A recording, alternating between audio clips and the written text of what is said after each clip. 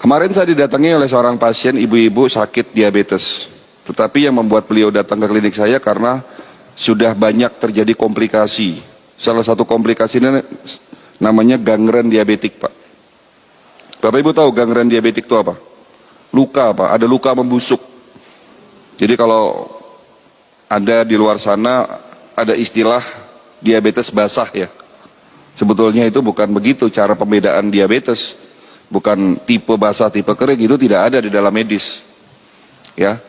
Jadi ibu ini datang dengan kondisi yang sudah sangat lemah, Pak. Ya.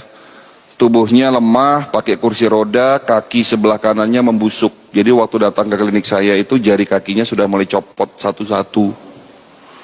Telapak kakinya bolong, membusuk, jarak 3 meter sudah tercium aroma tidak sedap. Datang di depan meja saya nangis-nangis. Dok, saya sudah pasrah. Sebentar lagi kaki saya mau diamputasi. Tapi terakhir saya minta tolong sama dokter. Apakah ada cara supaya kaki saya sembuh tanpa harus diamputasi? 8 bulan terakhir ini saya menderita, dok, tidak bisa tidur. Ini menjelang malam, itu cekot-cekot rasa kaki saya. Kaki saya ini sudah nggak bisa, Bapak bisa bayangkan lah. Kalau kita ketusuk duri aja sakitnya kayak gimana. Nah ini lukanya menganga, Pak. Ya. Padahal sudah berobat dan sakit diabetesnya sudah 10 tahun. Dan ibu ini rutin minum obat. Saya tidak pernah minum obat selama 10 tahun. Tetapi kenapa, dok? 1 tahun, 2 tahun terakhir ini tubuh saya semakin melemah. Gula darah saya tidak turun-turun, padahal sudah minum obat, sudah sesuai ikuti anjuran dokter. Bahkan banyak organ dalam tubuh saya ini rusak. Apa yang bisa saya lakukan dengan kondisi seperti itu, Pak? Nah inilah peran dari pengobatan holistik. Kita tetap ikhtiar. Kita tetap bantu mereka yang sakit, yang sudah begitu hopeless. Ya. Sebelum saya memberikan satu resep obat, sebelum saya memberikan pengobatan, prosedur protap di klinik kami, kita harus melakukan medical check up. Tetapi berbeda dengan medical check up yang ada di rumah sakit, Bapak Ibu sekalian. Medical check up di klinik kami dengan konsep holistik. Dengan alat-alat yang ada di dalam bidang kedokteran holistik. Dan hasilnya, jantungnya membengkak, pankreasnya rusak, fungsi ginjalnya tinggal 40%, banyak pembuluh darah yang tersumbat, radikal bebasnya sangat tinggi. Jadi salah satu kelebihan dari alat ini mampu mendeteksi adanya radikal bebas. Ya. Dan ini semua terjadi akibat apa? Akibat gaya hidup beliau yang salah. Apa itu? Ada 3 yang saya simpulkan salah. Pertama, beliau suka tidur larut malam. Mereka yang kebiasaan tidur di atas jam 11 malam, tubuhnya akan lemah. Kenapa?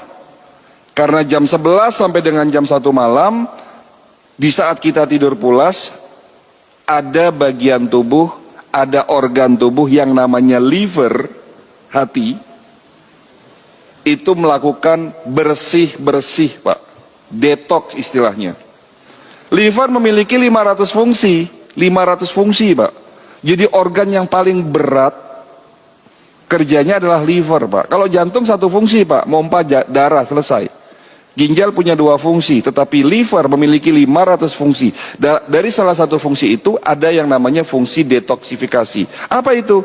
Membersihkan tubuh kita dari sisa-sisa metabolisme yang bisa berpotensi terjadinya oksidasi dan terbentuk radikal bebas. Kapan waktunya liver bersih-bersih? Jam 11 sampai dengan jam 1 malam di saat tidur pulas.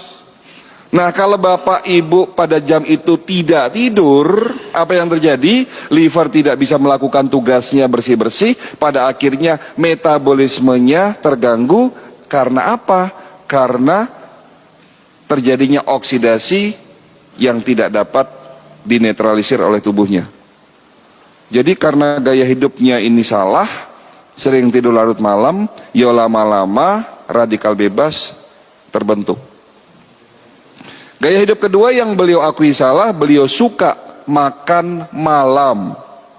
Nah, mereka yang kebiasaan makan kurang dari 4 jam sebelum tidur malam, apapun yang dimakan akan banyak menjadi sampah di dalam usus besarnya. Jika sampah terlalu banyak di dalam usus besar kita, berpotensi terjadinya oksidasi. Cerita oksidasi lagi. Dan jika oksidasi ini tidak diimbangi dengan antioksidan dan tidak dapat dinetralisir oleh tubuhnya, terbentuk yang namanya radikal bebas. Kan begitu ceritanya. Jadi mudaratnya lebih banyak daripada manfaatnya makan malam itu. Yang ketiga, beliau tidak suka minum air putih. Apa yang salah dengan tidak minum air putih? Hati-hati, Pak. Bangun tidur, kita harus minum 1 gelas air putih. Setelah sholat subuh, minum segelas air putih. Makanya tadi saya tanya, mana air putihnya? Karena air putih sebagai pembilas, penetralisir sampah di dalam tubuh kita. Boleh nggak minum kopi? Boleh, tapi harus didampingi dengan air putih, Pak. Jadi 1 gelas kopi itu setelah itu dibilas dengan air putih. Ya.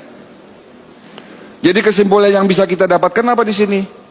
Tidak ada satupun penyakit bisa sembuh jika Bapak hanya mengandalkan obat.